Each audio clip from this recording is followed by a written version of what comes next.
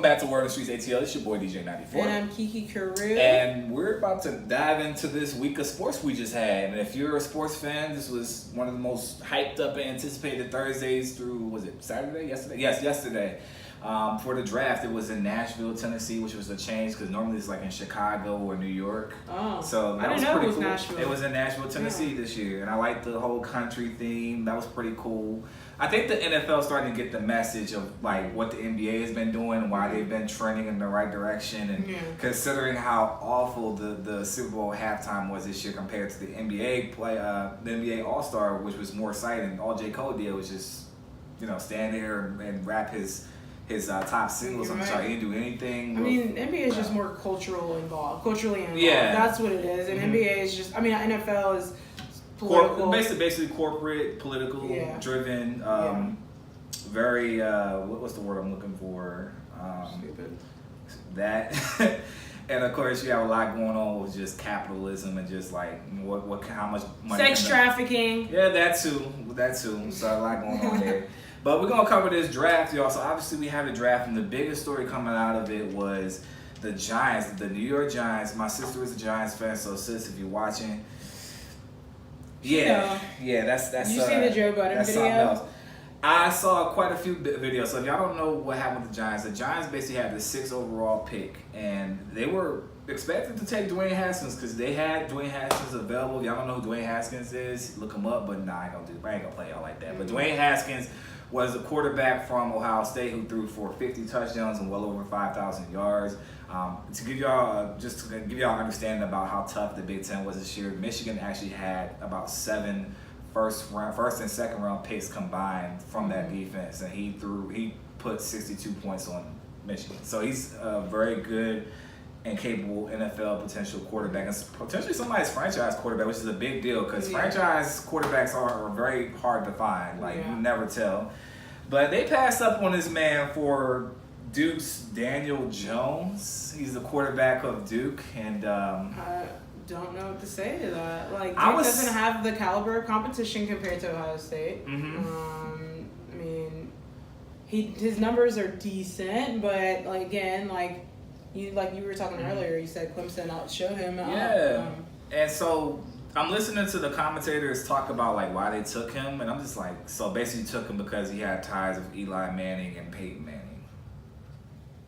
Okay. I don't know what that's going to do. They can't play for him. And usually in the first round, they go in depth. They're like, he this speed, he has this arm, he's accurate. It's they highlighted none of that. This was he went to Eli Manning and Peyton Manning's camp a couple years, and his coach, Eli Manning's coached him in Duke. So I think he's right. I'm like, no, but did you see the one with it sounds like nepotism to me. It sounds like nepotism. Really? I mean, not family based, but because I know a friend of the current quarterback, that's the reason why I got drafted, rather than getting drafted off the ability. Because coming in, everybody was screaming Dwayne Haskins is going to Georgia. It's the pick. To New York. That's the pick that makes sense here for them. Because one, Eli Manning ain't gonna be along, but he may not be here after this season. I'm just gonna be honest with you. He gotta go. So he's lived out his days. I don't know why he's trying to They should have been kicked the bucket with Eli Manning. They should have did it. They made a big mistake when they gave him the extension 4 years ago, in my opinion, because he was declining even then. I mean, it was the defense that was keeping him alive in 2015. It wasn't because of anything he was doing. And obviously OBJ. And especially with this past season, there's no reason with the offensive ability that the New York Giants had, they should have had a record like they had this past season. There's no reason. They should not have. But then to put the icing on the cake, not only did y'all miss on Dwayne Haskins, y'all let him go to an in-division foe with the Washington Redskins, who did not even have to trade up to get him. Dwayne Haskins fell all the way to the 15th pick. And who had the 15th pick? The Washington Redskins. So now, Washington Redskins' future is looking kind of bright. And to be honest with you, I don't even think Dwayne Haskins was happy with that pick because he barely wanted to put that hat on. To be honest, He was literally on his phone. He was just like, "What?" Well, when he got passed up, he was like, it was So I think because he grew up he has New York ties. He rooted for the Giants. I mean, this pick made sense for them to go for it, but I just personally think that the Giants have set themselves back 10 to 15 years if this draft pick does not pan out the way it's supposed to. But he grew up in Maryland, so he did mention, I saw his interview, he did mention, he'll bring it back home, and I mean, it's good to be home, really. Yeah. So I mean, that has that going for him too. So he is from there, so he will rep. We'll see, but I'm just confused with the Redskins. I think I know what they're going to do because if you guys haven't been keeping up with the Redskins, they just signed Case Keenum to a 2-year deal because Alex Smith will be out for the next season. He had that terrible tibia injury. They're saying he had surgery. There were some complications, so now they're saying he will not be active for the 2019-2020 season. So Case Keenum might be taking the snap, but I just see Dwayne Haskins probably starting by week 3, week 4, because I think their beginning schedule is going to be brutal for Case Keenum, and I just think that because they're in a situation. Case Keenum came from Vikings, right? He came from he went to the Denver Broncos, and then he got passed on, and pretty much the Redskins picked him up in free agency. So. Interesting little decision there. I just feel like because Jay Gruden's on the hot seat this year to produce, because his record as a head coach is terrible. The Raiders? No, the Redskins. Oh, his brother, his little brother coaches the Redskins. Like Gruden. Yeah, so he needs to win this year. So if they get off to a bad start, I will look for Dwayne Haskins to be starting pretty soon for them. But yeah, Giants, I don't know what that move is. I mean, I'm gonna be watching the preseason fairly early because I'm gonna say this. He could pan out and be something special, maybe towards the future, but I don't know. It just on paper just doesn't really look too good for them as well. Obviously, with the first round pick, saying on football, Kyler Murray was obviously taken and he's going to the Arizona Cardinals. Rosen is being shipped off to the Miami Dolphins.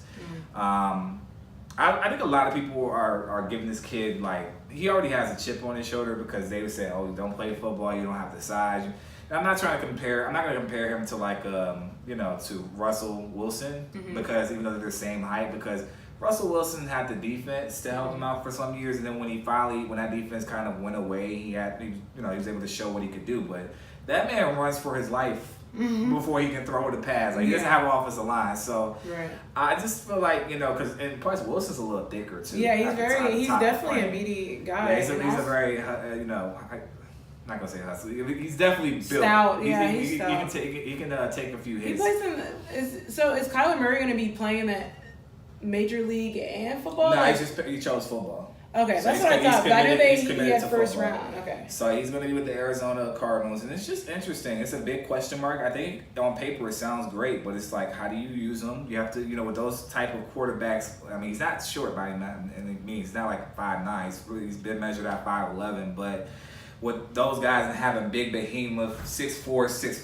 guys ahead of you, you just think like, can you see over the line? You have to scheme correctly for this guy, man. And I think the Arizona Cardinals can be good. I don't think they're gonna be like a turnaround like 12-4, but I see them going like 8-8, 9-7, and him having some flashes in the pan because they still have some more stuff they have to build with the Arizona Cardinals. And they fell off they did. I don't think they've been good since like 2006 when Larry Fitzgerald was in his prime and Larry Fitzgerald was still playing. And I was laughing, and Kiki was like, "Well, he's still producing." I was like, "Yeah, you're right, but it's just Larry Fitzgerald." But honestly, I feel bad for Larry though because he's such a great player.